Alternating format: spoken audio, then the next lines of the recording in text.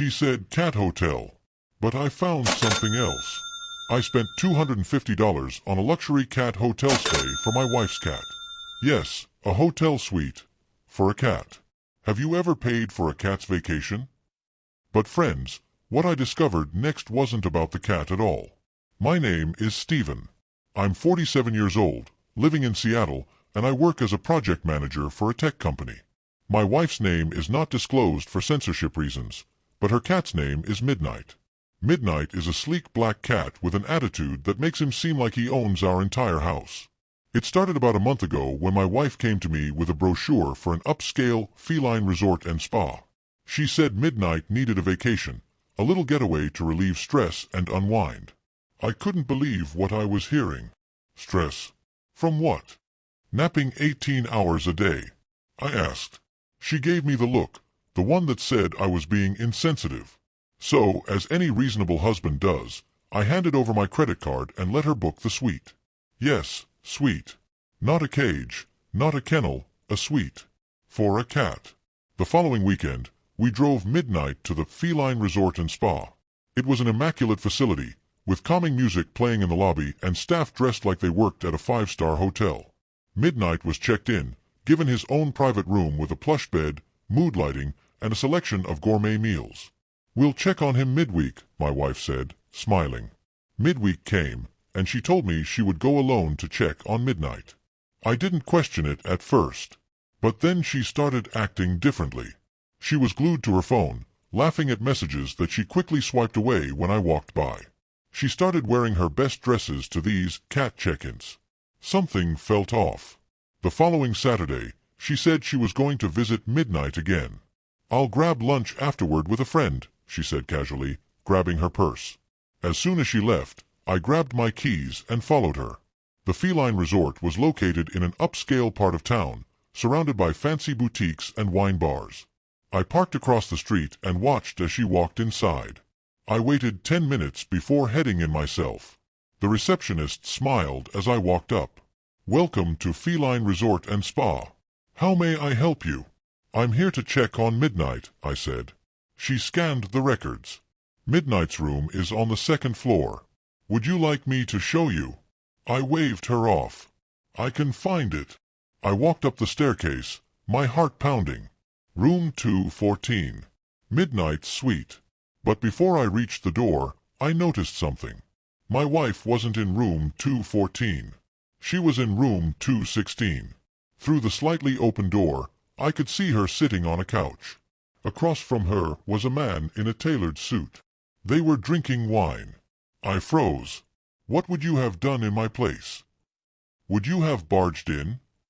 Or would you have walked away silently? I decided to wait.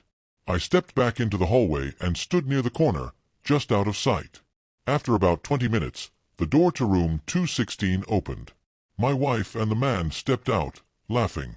He placed a hand on her lower back as they walked down the hall. I couldn't breathe. I followed them down to the lobby, keeping my distance. They exited through a side door into a nearby cafe.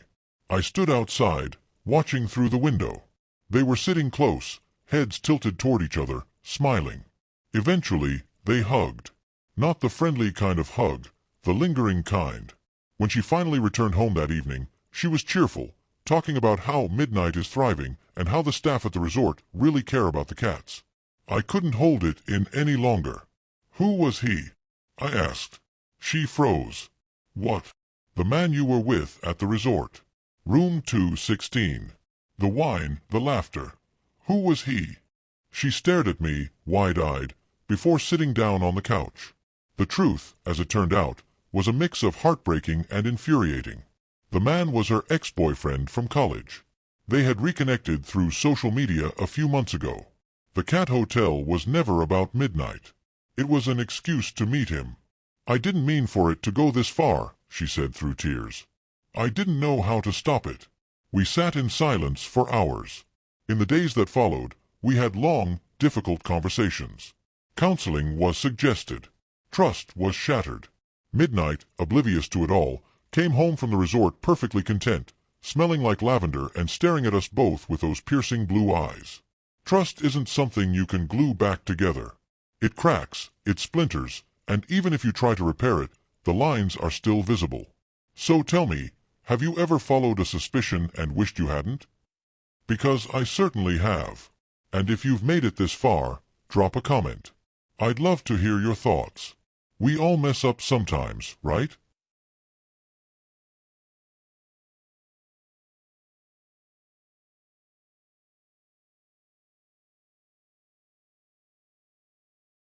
I want to share with you one more interesting story from my life. My wife's best friend, Sabrina, a real estate agent earning $500,000 a year, has a way of turning ordinary moments into something questionable. Isn't it odd how $500,000 seems to come with an extra layer of boldness? Do you think money makes people forget boundaries? It all started when my wife asked me to join her and Sabrina for a shopping trip. She wants to pick out some furniture for her new condo, my wife said.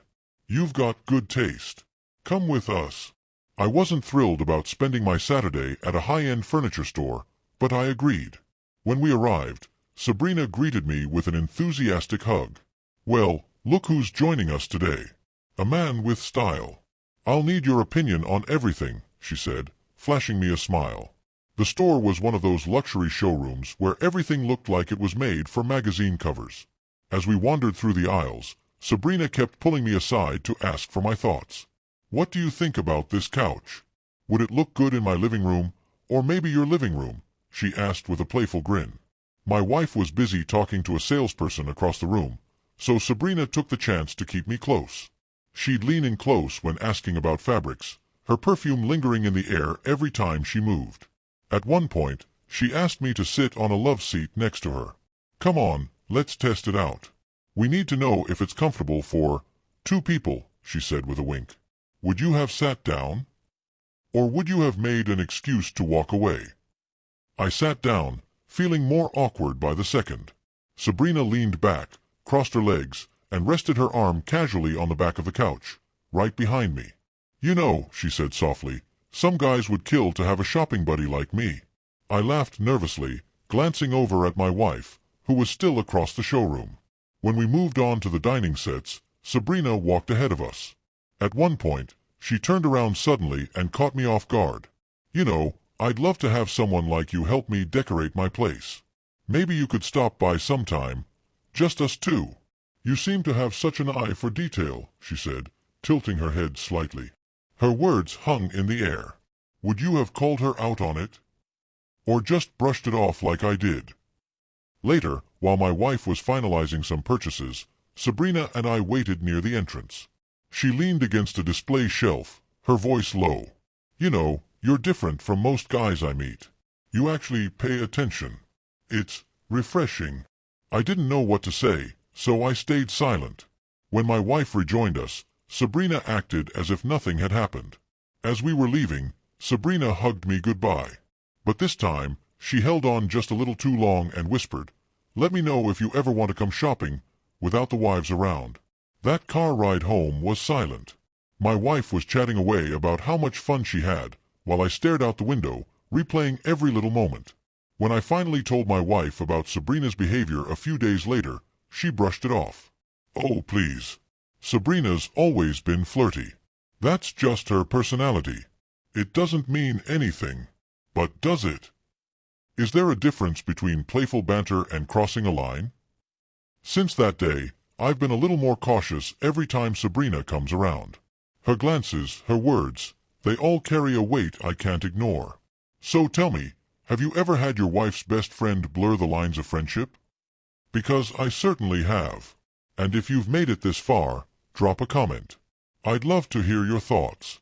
We all mess up sometimes, right?